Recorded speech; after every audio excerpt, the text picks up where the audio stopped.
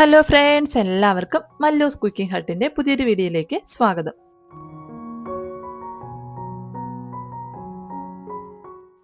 ഇന്നത്തെ വീഡിയോ എന്ന് പറയുന്നത് നല്ല അടിപൊളിയായിട്ടുള്ളൊരു മാങ്ങ പുട്ടാണ്.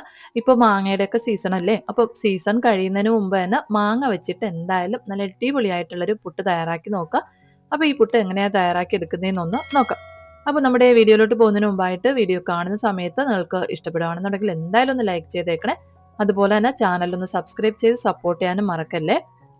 അപ്പം നമ്മുടെ മാങ്ങ പുട്ട് തയ്യാറാക്കാനായിട്ട് ഞാൻ മീഡിയം സൈസിലുള്ള ഒരു മാങ്ങയാണ് എടുത്തിട്ടുള്ളത്. ഞാൻ അൽഫോൺസ മാങ്ങയാണ് എടുത്തിട്ടുള്ളത്.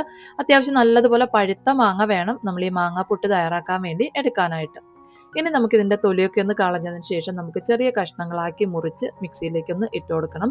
അപ്പോൾ നമ്മൾ എടുക്കുന്ന പുട്ടുപൊടിക്ക് അനുസരിച്ചിട്ട് വേണം മാങ്ങയുടെ അളവും എടുക്കാനായിട്ട്. ഞാൻ ഏകദേശം ഒരു 1/4 കപ്പ് അളവിൽ പുട്ടുപൊടി മാത്രമേ എടുക്കുന്നുള്ളൂ. അതുകൊണ്ട് എനിക്ക് ഈ ഒരു മാങ്ങയുടെ 1/4 ഭാഗത്തോളം മതിയാവും പുട്ടൊന്ന് തയ്യാറാക്കി എടുക്കാനായിട്ട്. അപ്പോൾ നമ്മൾ എത്ര പുട്ടുപൊടിയാണോ എടുക്കുന്നത് അതിനനുസരിച്ചിട്ട് വേണം മാങ്ങയൊന്ന് എടുക്കാനായിട്ട്.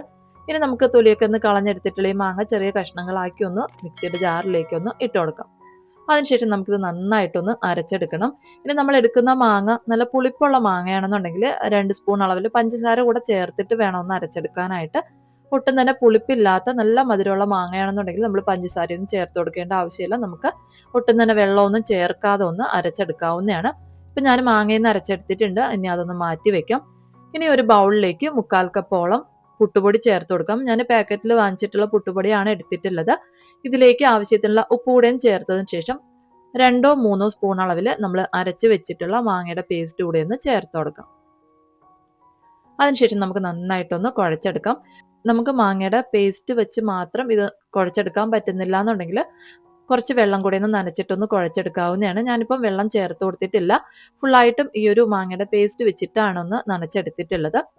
ഇനി നമ്മൾ എടുത്തിട്ടുള്ളത് പാക്കറ്റ് പുട്ടുപൊടി ആയതുകൊണ്ട് തന്നെ നമുക്ക് ഒന്ന് കുഴച്ചെടുത്തതിന് ശേഷം കുറച്ച് സമയം ഇതൊന്ന് അടച്ചൊന്ന് മാറ്റി വെക്കാം. അപ്പോഴത്തേക്കും നമ്മുടെ പുട്ടുപൊടി നല്ലതുപോലെ ഒന്ന് സോഫ്റ്റ് ആയിട്ട് കുറച്ചുകൂടി ഒന്ന് കുതിർന്ന് വന്നോളും. ഇപ്പം ഞാൻ ഏകദേശം ഒരു 15 മിനിറ്റോളം ഒന്ന് പുട്ടുപൊടി അടച്ച് വെച്ചെടുത്തിട്ടുണ്ട്. ഇപ്പം നമ്മുടെ പുട്ടുപൊടി നല്ലതുപോലെ ഒന്ന് സോഫ്റ്റ് ആയിട്ട് കറക്റ്റ് ആയിട്ടുള്ളൊരു പരുവത്തിൽ വന്നിട്ടുണ്ട്. പുട്ടുപൊടി ഇതുപോലെ കയ്യിൽ കുറച്ചൊന്ന് എടുത്ത് ഒന്ന് ഉരുളയാക്കി കഴിഞ്ഞാൽ ഉരുളയാക്കാനും പറ്റുന്നുണ്ട്. അതുപോലെ തന്നെ അത് തിരിച്ച് പൊടിച്ചിടുമ്പോഴത്തേക്കും പഴയ പരുവത്തിലോട്ട് പോവുകയും ചെയ്യുന്നുണ്ട്. ഈ ഒരു രീതിക്ക് വേണം പുട്ടുപൊടി നനച്ചെടുക്കാനായിട്ട്. ഇനി നമുക്ക് നമ്മുടെ പുട്ടൊന്ന് തയ്യാറാക്കാനായിട്ട് തുടങ്ങാം. അപ്പോൾ അതിനായിട്ട് നമ്മൾ സാധാരണ പുട്ട് തയ്യാറാക്കി എടുക്കുന്ന പോലെ തന്നെയാണ് ഈ ഒരു പുട്ടും തയ്യാറാക്കി എടുക്കുന്നത്. അപ്പോൾ അതിനായിട്ട് ആദ്യം പുട്ടുകുഴലിലേക്ക് കുറച്ച് തേങ്ങ ചേർത്ത് കൊടുക്കാം. ഇനി ഇതിന് മുകളിലായിട്ട് നമ്മൾ റെഡിയാക്കി വെച്ചിട്ടുള്ള പുട്ടുപൊടിയൊന്ന് ഇട്ട് കൊടുക്കാം. ഇനി നമുക്ക് വേണമെന്നുണ്ടെങ്കിൽ ഇതിനിടയ്ക്ക് കുറച്ച് കഷ്ണങ്ങളാക്കിയ മാങ്ങ കൂടെ ചേർത്ത് കൊടുക്കാവുന്നതാണ്. അങ്ങനെ നമ്മൾ മാങ്ങ കഷ്ണങ്ങൾ ചേർത്ത് കൊടുക്കുകയാണെന്നുണ്ടെങ്കിൽ കുറച്ച് ചിരകിയ തേങ്ങ ചേർത്തതിന് ശേഷം അതിന് മുകളിലായിട്ട് മാങ്ങ കഷ്ണങ്ങൾ ചേർത്ത് കൊടുക്കണം. മാങ്ങ കഷ്ണങ്ങൾ എടുക്കുമ്പോൾ ശ്രദ്ധിക്കേണ്ട ഒരു കാര്യം, ഒരുപാട് പഴുത്തൊലഞ്ഞു പോയ മാങ്ങ കഷ്ണങ്ങൾ എടുക്കാൻ പാടില്ല. അങ്ങനെ എടുത്തു കഴിഞ്ഞാൽ നമ്മൾ പുട്ട് വേവിച്ചെടുക്കുന്ന സമയത്ത് ആവി കൊള്ളുന്ന സമയത്ത് ഈ മാങ്ങ കഷ്ണങ്ങളൊക്കെ നന്നായിട്ട് വെന്ത് ഒലിച്ചിറങ്ങാനായിട്ട് തുടങ്ങും. അതുകൊണ്ട് തന്നെ ഒരുപാട് പഴുത്തൊലഞ്ഞു പോകാത്ത മാങ്ങ കഷ്ണങ്ങൾ വേണം ഇതിലേക്ക് ഇടയ്ക്ക് ഇട്ട് കൊടുക്കാനായിട്ട്. ഞാനിപ്പോൾ മാങ്ങ കഷ്ണങ്ങൾ ചേർത്ത് കൊടുക്കാതെയാണ് പുട്ട് തയ്യാറാക്കി എടുത്തിട്ടുള്ളത്. ഇനി പകുതിയോളം പുട്ടുപൊടി നിറച്ചതിന് ശേഷം നമുക്ക് വീണ്ടും കുറച്ച് ചിരകിയ തേങ്ങ ചേർത്തതിന് ശേഷം വീണ്ടും ബാക്കി പകുതി പുട്ടുപൊടി വെച്ചിട്ടൊന്ന് നിറയ്ക്കാവുന്നതാണ്.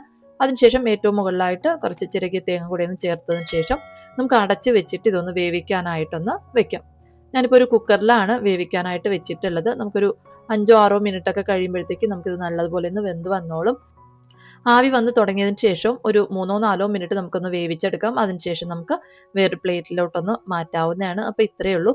നല്ല അടിപൊളിയായിട്ടുള്ള മാങ്ങ പുട്ട് റെഡി ആയിട്ടുണ്ട്. ഇതിന് നമുക്ക് പ്രത്യേകിച്ച് കറികളുടെ ഒന്നും ആവശ്യമില്ല.